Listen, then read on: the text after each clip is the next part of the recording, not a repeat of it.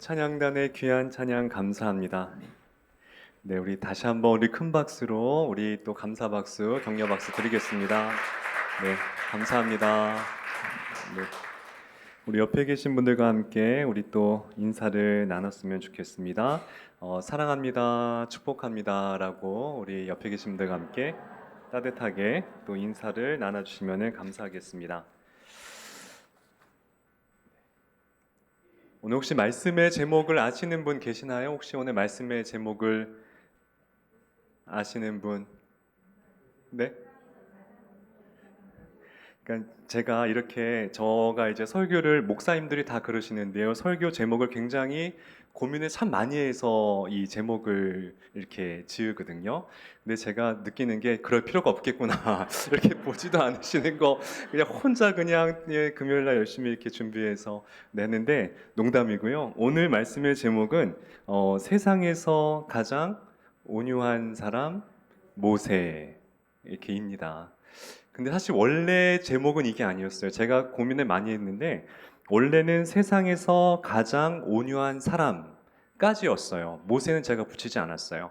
근데 처음에 이렇게 세상에서 가장 온유한 사람만 썼다가 딱 옆에 보니까 김요섭 목사라고 써 있는 거예요. 그러니까 이거를 읽으시게 되면은 약간 저 목사가 아니야 아직 무슨 자기가 제일 뭐 이렇게 생각하실 것 같아서 또 그런 제가 또 합리적인 의심을 갖는 분들 분명히 계실 거예요. 그래서 제가 우리 장 목사님하고 얘기하니까 장 목사님도 그럴 것 같대요. 그래서 안 되겠다. 우리 그 옆에다가 모세를 적자라고 해서 딱 적었어요. 그러니까 장 목사님은 그러지 말고 자기 이름 유성이라고 쓰라고 하는데 네, 그거는 아닌 것 같아서 네, 아무튼 우리 다시 한번 인사하겠습니다. 우리 샬롬에 인사하겠습니다. 샬롬 샬롬 인사하시겠습니다. 네. 네, 잘 오셨습니다. 오늘 말씀의 제목은 세상에서 가장 온유한 사람 모세입니다. 여러분들 다 읽어보셨을 우리 그리스의 신화 중에 가장 비극적인 신화이죠. 이 오이디푸스 왕 이야기 아마 다 보셨을 줄 압니다. 이 라이오스 왕, 이 테베 왕 라이오스 왕이 이제 아들을 낳게 되는데 신탁을 받습니다. 뭐라고 받느냐? 그 아들이 너를 죽이고 왕이 될 것이다. 이런 신탁을 받게 됩니다. 이 라이오스 왕은 이게 아니잖아요. 아들의 손에 죽는다는 게 얼마나 참 끔찍한 거예요. 그래서 그 아이들 부활을 시켜서 저 산에 가서 죽이라고 명령을 합니다. 근데 그 목동이 이 갓난 아기를 데리고 가는데 이 아이를 죽일 수가 없는 거죠. 그래서 이제 이 아이를 살려놓고 먼 곳에 떠나보내 살게 합니다. 근데 그 아이가 이제 오이디푸스인데요. 이 오이디푸스가 이제 청년이 돼서 성장하게 됩니다. 그리고 이제 그가 테베, 이 아버지 라이오스 왕, 아버지가 누군지 모르죠. 그냥 이 고아로 자랐으니까. 그 테베로 어느 날 길을 걸어가고 있는데 이 좁은 길목에서 한 마차를 마주하게 됩니다. 근데 그 마차에 있는 사람들하고 네가 비켜라 내가 비켜라 그 좁은 길에서 실랑이를 하게 돼요. 남자들이 이런 이상한 그런 서로 기운이 있잖아요. 야, 네가 비켜, 내가 비켜. 뭔가 이렇게 정말 쓰잘데기 없는 거기서 시비가 붙게 돼서 이 오이디푸스가 그 마차에 있는 사람들을 다 죽여버립니다. 그리고 또 길을 걸어가게 돼요. 길을 가다가 스핑크스를 만나게 됩니다. 스핑크스가 문제를 냈는데 그 문제를 못 맞히게 되면 스핑크스가 그 사람을 잡아먹게 되고 문제를 풀면은 이제 지나가게 하는 거죠. 근데 모든 사람들이 그 문제를 풀지 못했어요. 문제는 이것이었습니다. 아침에는 네 발로 걷고 점심에는 두 발로 걷고 저녁에는 세 발로 걷는 것이 무엇이냐라고 묻습니다. 답이 무엇이었죠?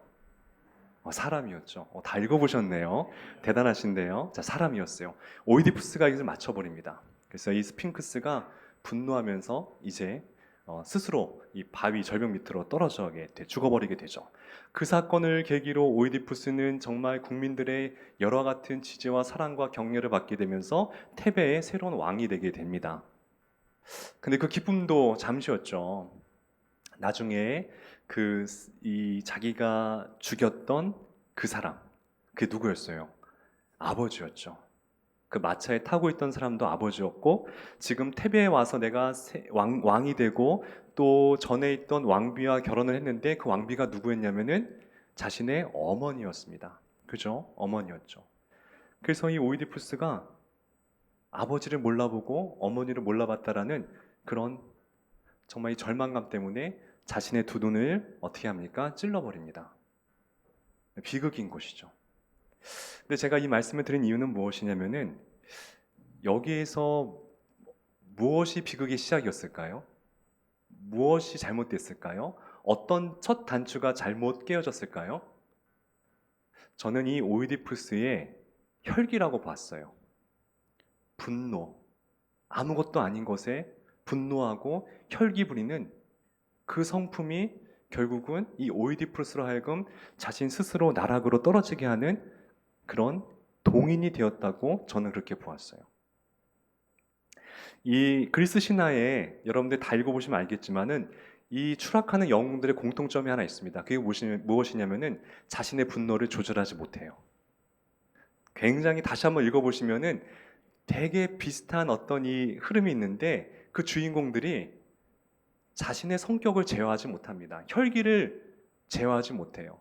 분노를 다스리지를 못하게 된다는 것이에요. 여러분들 우리가 이 분노, 혈기, 내 마음을 다스리는 것이 굉장히 중요합니다. 우리 일생일 때에 한 번의 혈기로 굉장히 돌이킬 수 없는 그 길을 걸어갈 때가 분명히 있다라는 것이에요. 오늘 그게 누구였느냐? 그 중에 한 사람이 바로 모세였습니다. 모세가 굉장히 다혈질이었어요. 성경을 보게 되면은 모세가 가나안 땅에 들어가지를 못합니다. 우리 너무 잘 알고 있어요. 근데 그 이유가 무엇인지 아세요? 그 이유를 우리가 잘 모르고 계세요. 그냥 뭐 여러 가지 뭐 이렇게 복합적인 건데 우리가 한번 명확하게 한번 왜 모세가 가나안 땅에 들어가지 못했을까? 그 실패의 이유가 무엇이었을까? 첫 번째가 무엇인지 아십니까? 첫 번째는 이 정탐꾼들을 이제 가나안 땅에 보내서 정탐하게 하지 않습니까? 12명을 지파별로 뽑아서 보내게 됩니다. 그때 12명이 갔다 와서 여호수아 갈렙은 이제 알다시피 그곳은 젖과 꿀이 흐르는 땅이다 라고 이렇게 좋게 평가를 하죠. 근데 나머지 10명의 정탐꾼은 악평을 하게 됩니다. 우리 그 사건 너무 잘 알고 있습니다. 근데 그 정탐꾼을 보냈던 것, 하나님이 이것을 기뻐하지 아니했어요. 이 정탐꾼을 보내라고 한 것은 모세의 의도가 아니었습니다. 백성들의 뜻이었어요. 그 땅이 어떤 땅인지 우리가 어떻게 아냐? 어떻게 하나님 말만 믿고 우리가 갈 수가 있냐? 그러지 말고 정탐꾼들을 우리가 보내서 한번 보고 오도록 하자라고 백성들이 제안을 합니다. 그것을 모세가 듣고 그것을 수락을 한 게 그것이 잘못됐던 것이에요. 자, 그러면은 우리가 뭐 그럴 수 있어요. 정탐꾼 보내는 게 그게 뭐 큰 죄인가 할 수 있는데 그 기저 속에는 뭐가 깔려 있냐면은 만약 그 땅이 좋지 않으면은 안 가겠다라는 뜻이거든요. 그래서 10명이 그렇게 갔다 와서 악평했을 때에 온 이스라엘 백성들이 대성통곡하게 됩니다. 이러려고 우리를 광야에 내보냈느냐? 다시 애굽으로 돌아가야 되겠다. 그러면서 온 이스라엘 백성들이 그렇게 하나님을 원망하지 않습니까? 모세를 원망하고요. 하나님은 그걸 아셨어요. 그래서 그 정탐꾼을 보냈던 것을 허락한 모세에게 하나님께서 노하게 됩니다. 근데 우리가 이거를 잘 몰랐던 것 같아요. 우리 신명기 1장 32절, 34절, 37절 말씀인데요. 같이 한번 우리 읽어볼까요? 시작. 이 일에 너희가 너희의 하나님 여호와를 믿지 아니하였도다. 스톱. 여기까지입니다. 자, 이 일이 무엇이냐면은 정탐꾼을 보냈던 그 사건을 말하는 거예요. 또 그 다음부터 읽겠습니다. 시작. 여호와께서 너희의 말소리를 들으시고 노하사 맹세하여 이르시되 여호와께서 너희 때문에 내게도 진노하사 이르시되 못하리나. 자, 여기서 보게 되면은 모세가 약간 이스라엘 백성들 원망하는 그런 모습이 있죠. 너희 때문에 나까지 못 가지 되지 않았느냐 이러면서 약간 이 백성들을 원망하게 됩니다. 그러니까 첫 번째 잘못했던 것은 무엇이냐면은 그냥 하나님께서 말씀하시면은 그냥 순종하고 들어가면 되는 것이었어요. 우리에게도 그럴 수 있어요. 이게 맞는 것일까? 하나님께서 말씀하시는데 그 일을 하는 데 있어서 세상적인 지혜로 재단하고 재보고 뭔가 이해타산, 이 시소 싸움을 하는 거죠. 나에게 유익이 될까? 플러스가 될까? 마이너스가 될까? 하나님 이런 마음을 기뻐하지 아니하시는 것 같아요. 이런 사람은 하나님께서 귀하게 쓰지 않습니다. 성경을 봤을 때 하나님께서 말씀하시면은 순종하고 나아가는 거예요. 거기에 일체 나의 어떤 그 합리적인 의심이라든가 그런 것들은 우리 믿음에 도움이 되지 않는다는 것이죠. 자, 이제 두 번째는 우리가 아는 사건들이에요. 두 번째는 왜 모세가 가나안 땅에 못 들어갔느냐? 혈기와 분노 때문이었어요. 혈기와 분노 때문에. 근데 이게 자그마치 몇 번 그랬는지 아십니까? 제가 세어본 것만으로는 적어도 세 번의 사건이 있었어요. 첫 번째는 그가 40살이었을 때, 그가 애굽의 왕자였을 때, 우리가 잘 알다시피 이 애굽의 병사를 때려서 충동적으로 죽이게 됩니다. 뭐 이건 사실 선의의 마음에서 나왔다는 걸 알아요. 우리는 알고 있지만 그래도 살인은 살인이에요. 하나님께서 뭐 좋은 목적을 갖고 있다 할지라도 그 목적에 바른 경로를 가는 것을, 그 과정을 가는 것을 더 원하세요. 뭐로 가도 서울만 가면 된다? 하나님의 나라는 그런 것이 아니에요. 바르게 하나님의 방법으로 하나님의 뜻을 이루는 것을 기뻐하시지, 어떤 폭력의 방법이나 어떤 인간적인 어떤 술수와 권모술수로 하는 것은 우리 주님은 기뻐하지 아니하신다는 것이죠. 자, 출애굽기 2장 11절에서 12절 우리 같이 또 읽겠습니다. 시작. 모세가 장성한 후에 한 번은 자기 형제들에게 나가서 그들이 고되게 노동하는 것을 보더니 어떤 애굽 사람이 한 히브리 사람 곧 자기 형제를 치는 것을 본지라. 좌우를 살펴 사람이 없음을 보고 애굽 사람을 쳐서 죽여 모래 속에 감추니라. 자, 충동적인 살해를 저지르게 되었던 것이죠. 두 번째 사건이 있습니다. 두 번째 사건은 무엇이었을까요? 모세가 분노하는 사건이 있었죠. 십계명 돌판을 깨어버리는 사건을 하죠. 이제 시내산에 40일 동안 올라가면서 하나님과 깊은 만남 가운데 있어서 하나님이 손수 두 개의 돌판 가운데에 십계명을 적어서 주셨습니다. 그러니까 모세가 정말 힘이 좋았던 것 같아요. 그 돌판 두 개를 가지고 산에서 내려온다고 생각해 보세요. 얼마나 큰 체력적으로 좋았던 것 같습니다. 내려왔는데 40일 만에 내려왔는데 웬걸요? 이스라엘 백성들이 그 안에서 금송아지를 이 귀걸이와 반지를 녹여가지고 금송아지 큰 걸 만들어서 이것이 우리를 인도한 하나님이다라고 하면서 거기서 축제를 벌이고 있는 것이었죠. 화가 나겠죠. 여러분들 입장에서도 그런 거 보면은 정말 화가 나겠죠. 그럼 화나면 어떻게 하셔야 되겠어요? 저라면 돌판을 잠시 옆에다가 좀 이렇게 안전한 데 놔두고 그 다음에 그냥 호통을 쳐도 되잖아요. 하나님이 직접 써주신 거예요. 얼마나 귀한 거예요. 근데 모세는 그런 거 없었어요. 그 돌판을 바위에 던져버립니다. 너무 화가 나가지고. 근데 그것도 끝이 아니었어요. 그 금송아지를 녹여서 그 우상 숭배한 사람들에게 다 먹이게 합니다. 굉장히 이 모세가요, 굉장히 다혈질이었어요. 굉장히 강한 성격의 소유자였던 것 같습니다. 물론 하나님께서 다시 십계명을 주셨지만은 어쨌든 하나님 앞에 그것은 의로운 모습은 아니었던 것 같아요. 하나님이 주신 것을, 하나님이 잘 관리하러 준 것을 내가 내 혈기대로 파괴하고 버린다는 것은, 그것은 누가 봐도 옳은 모습은 아니라는 것이죠. 자, 이렇게 이제 원아웃, 투아웃 됐는데 마지막 결정적인 사건이 됩니다. 이 결정적인 사건 때문에 이제 그땐 하나님께서도 모세에게 너는 이것 때문에 이제 가나안 땅에 들어가지 못한다라고 말씀을 하시죠. 그 사건이 무엇이었죠? 무리바, 이 물을 내는 사건이었죠. 이제 이스라엘 백성들이 막 가다가 이제 또 광야에서 목이 마르다라고 막 이제 막 또 원망을 하는 거예요. 이해가 돼요. 40년 동안 이 막 모세에게 불평, 불만, 막 원망 이런 소리 들었을 때에 사람의 칭찬도 매번 들으면 사실 그게 별로 기쁘지 않는데 그런 원망을 40년 동안 들어본다고 하세요. 얼마나 좀 이렇게 마음이 막 쓴뿌리가 자라겠어요. 자, 그래도 그러면 안 되는 거였는데 이 모세가 반석에 자신의 지팡이를 2번 치면서 내가 언제까지 너희들에게 이 물을 내겠느냐, 언제까지 너희들 내가 도와줘야 되냐 이러면서 거기서 혈기를 부립니다. 하지만 모세 입장에선 이해가 가요. 사실 모세가 자기가 원해서 지금 그 자리에 있는 거 아니거든요. 하나님이 불러서 왔고 40년 동안 그렇게 고생해서 왔고, 그럼에도 이 백성들은 변하지 않고 여러 가지 복합적인 그런 얽힌 힘든 마음들이 이 모세에게도 분명히 이렇게 억눌려져 있었을 것 같아요. 그게 순간순간 전 나왔다는 게 저는 당연하다고 생각이 들어요. 그렇게 안 나왔으면은 저는 모세는 병들어 죽었을 것 같아요. 그런데 하나님은 기뻐하지 아니하셨어요. 우리 민수기서 20장 10절 말씀 또 같이 한번 읽어볼까요? 민수기 20장 10절 11절 시작. 모세와 아론이 회중을 그 반석 앞에 모으고 그들에게 이르되 반역한 너희여 들으라.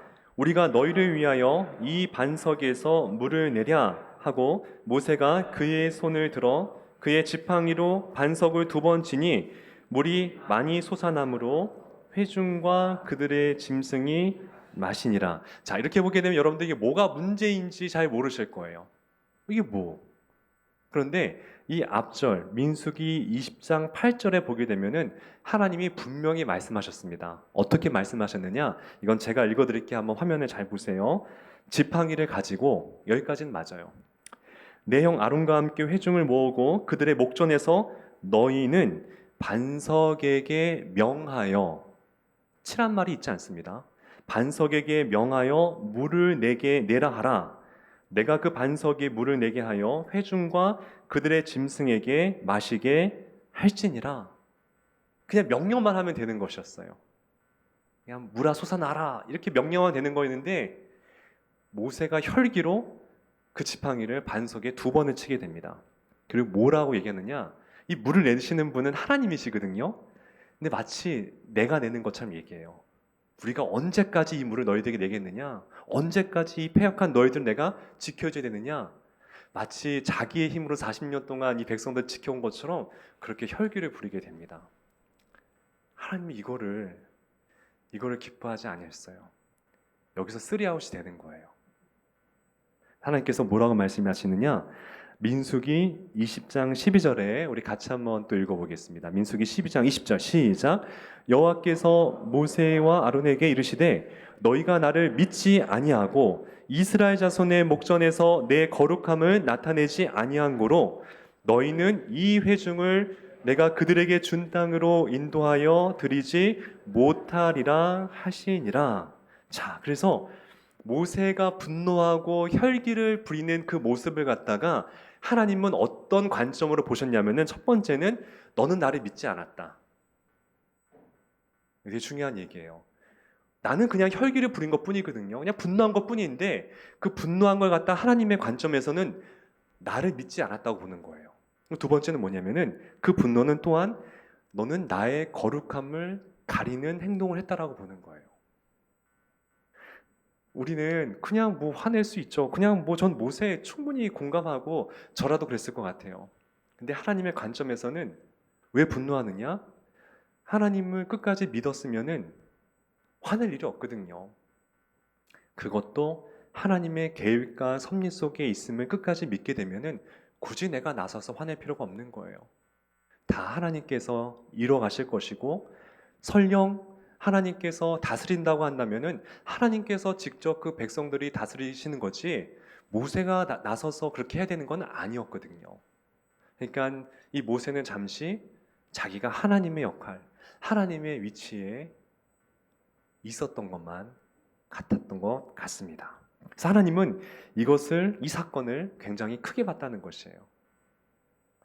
그래서 우리가 저도 다 똑같죠. 우리 안에 모난 성품들, 깎여야 되는 어떤 그런 성격들 다 있죠.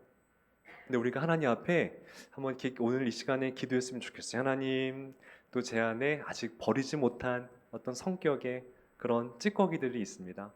바꾸고 싶어도 내 생각으로는 바뀌지 못하는 그런 모습들, 성령께서 오셔서 나를 다듬어 주시고 또 새로 빚어 주시고 나를 예수님의 형상으로 이렇게 바꿔달라고 같이 기도하는 시간이 되었으면 좋겠습니다. 여러분 탈무드에 보게 되면은 사람을 평가하는 세 가지의 방법이 있다고 합니다. 그게 세 가지 소인데요. 키소, 코소, 카소라는 말입니다. 이 키소는 돈주머니래요. 그 사람이 어떤 사람인지를 보려면은 그 사람이 돈을 어디에 쓰는지 보면 알 수 있대요. 두 번째는 코소입니다. 코소는 술잔이래요. 네, 술잔이라는 것은 그 사람이 무엇으로 즐거워하는지 보면은 그 사람을 알 수가 있대요. 세 번째인데요. 세 번째가 중요합니다. 세 번째는 카소입니다. 이것은 분노라는 거예요. 이 사람이 분노를 어떻게 다스리는지를 볼 때에 그 사람이 어떤 사람인지를 알 수가 있다라는 것이에요. 다 세 가지 다 중요한 것 같아요. 저희 딸이 이 자리에 있는데요. 저는 이제 나중에 우리 딸의 신랑이 될 사람 어떤 조건이 전 리스트를 제가 써가고 있거든요. 그 중에 하나가 무엇이냐? 저는 이렇게 분노하고 혈기 있는 사람은 좀 피했으면 좋겠어요. 그냥 물론 충분히 그럴 수 있죠. 우리가 어떻게 화 안 내고 삽니까? 하지만 좀 다스리려고 노력하며 살아갈 줄 아는 그러한 사람이 되었으면 좋겠어요.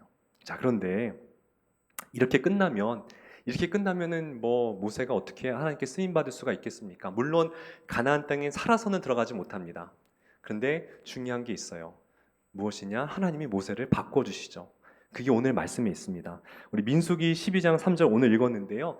제가 한번 읽어드릴게. 또 공동 번역으로 같이 또 읽었으면 좋겠습니다. 먼저 제가 우리 개역 성경을 읽겠습니다. 이 사람 모세는 그 온유함이 지면의 모든 사람보다 더하더라. 자, 우리 공동 번역으로 읽겠습니다. 시작. 모세는 실상 매우 겸손한 사람이었다. 땅 위에 사는 사람들 가운데 그만큼 겸손한 사람이 없었다. 자, 그러면 하나님께서 뭔가 이 모세를 바꾸어 주셨다는 거잖아요. 그죠? 뭔가 하나님께서 이 모세를 탁 터치해 주시고 뭔가 만져 주심이 있었다라는 얘기가 되거든요. 그것이 무엇이었을까요? 이걸 알면은 이제 우리도 이제 예수님과 같은 성품을 다 소유할 수가 있어요. 그 답은 무엇이냐면은 우리가 우선 사도 요한을 보았으면 좋겠어요. 사도 요한도 똑같은 케이스거든요. 여러분들 예수님께서 십자가에 달리실 때에 그리고 이제 숨을 거두기 전 마지막에 이제 요한복음에 보게 되면은 그 십자가 아래에 있는 어머니 마리아와 또 사도 요한을 보게 됩니다. 기억하시죠? 그때 요한에게 한 말씀 하시죠. 요한아, 어머니를 딱 보면서 이제는 너의 어머니다 라고 말씀하세요. 전 이 장면 너무 읽을 때마다 늘 마음이 참 아파와요. 그리고 어머니한테도 얘기합니다. 마리아에게도 어머니, 이제 어머니의 아들입니다 라고 얘기를 해요. 자, 여러분 한번 생각해 보세요. 왜 예수님이 12명의 제자 가운데, 물론 유다 없어 11명의 제자 가운데에 왜 사도 요한을 자신의 어머니를 맡길 만한 아들처럼 세웠을까요? 왜 요한일까요? 다른 11명이 또 10명이 있잖아요. 요한이 다른 제자보다 뭔가 우리 어머니 마리아를 잘 모실 수 있다라고 판단이 섰겠죠. 예수님께서.